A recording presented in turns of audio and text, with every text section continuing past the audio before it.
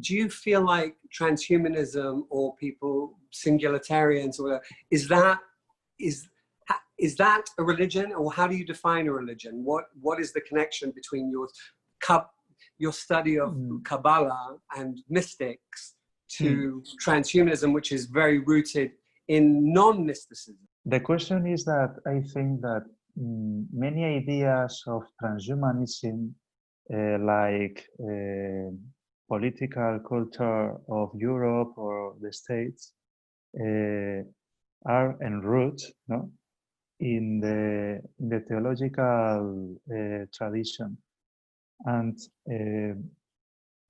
transhumanism or other forms of culture, I think that is a secular version of many theological ideas. But for me, this is not a problem, because I think that all ideas are connected, and is very rich for all persons to know the history of the human ideas. No?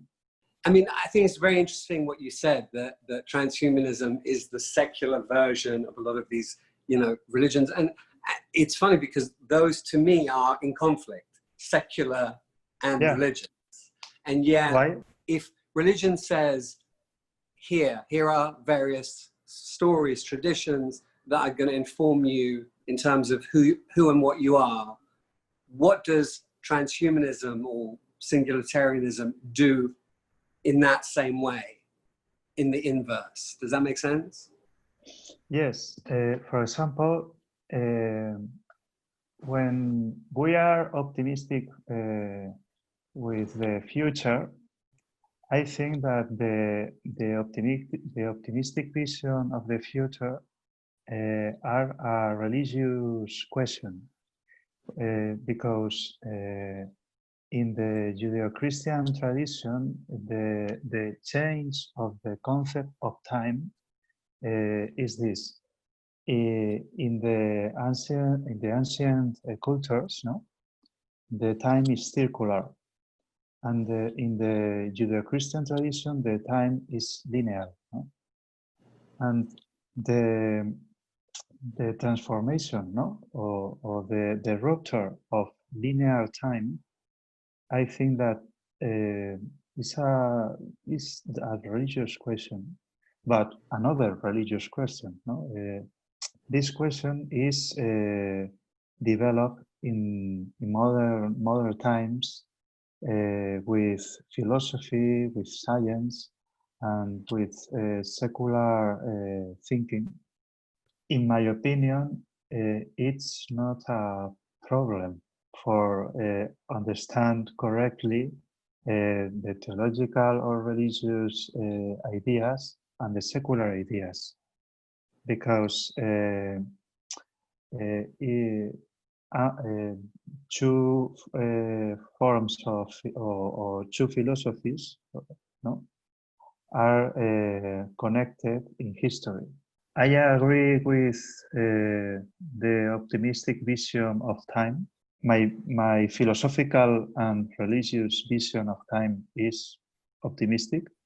And this, again, is related, is this idea of extended longevity and mortality. I mean, do you think, what do you think is the timeline for some of the things that transhumanists talk about? In my opinion, if I say anything about the moment of the singularity or the technological progress, I'm a liar, no?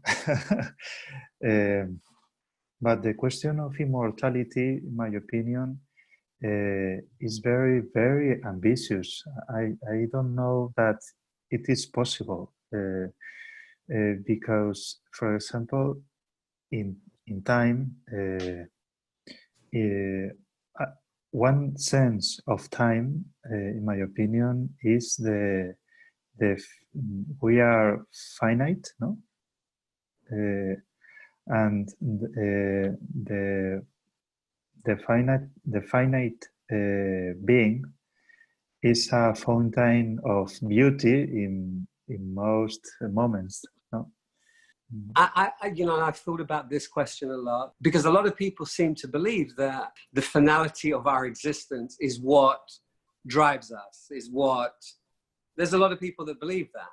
I'm not sure. I don't know. I'd like to believe that I'd be driven to understand, to know whether I had another 10 minutes or another 10,000 minutes. 10 million, 10 billion minutes.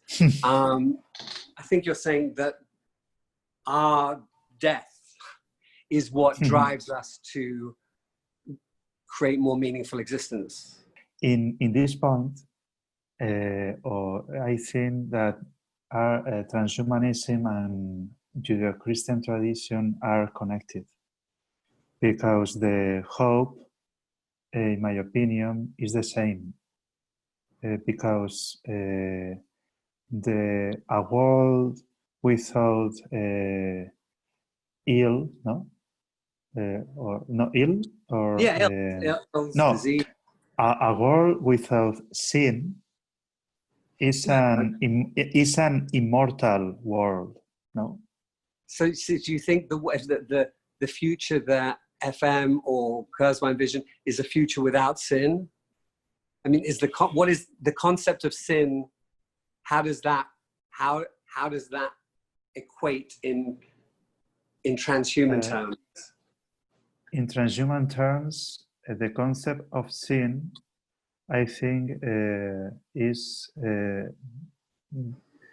when we not control our being, our nature, and our heart.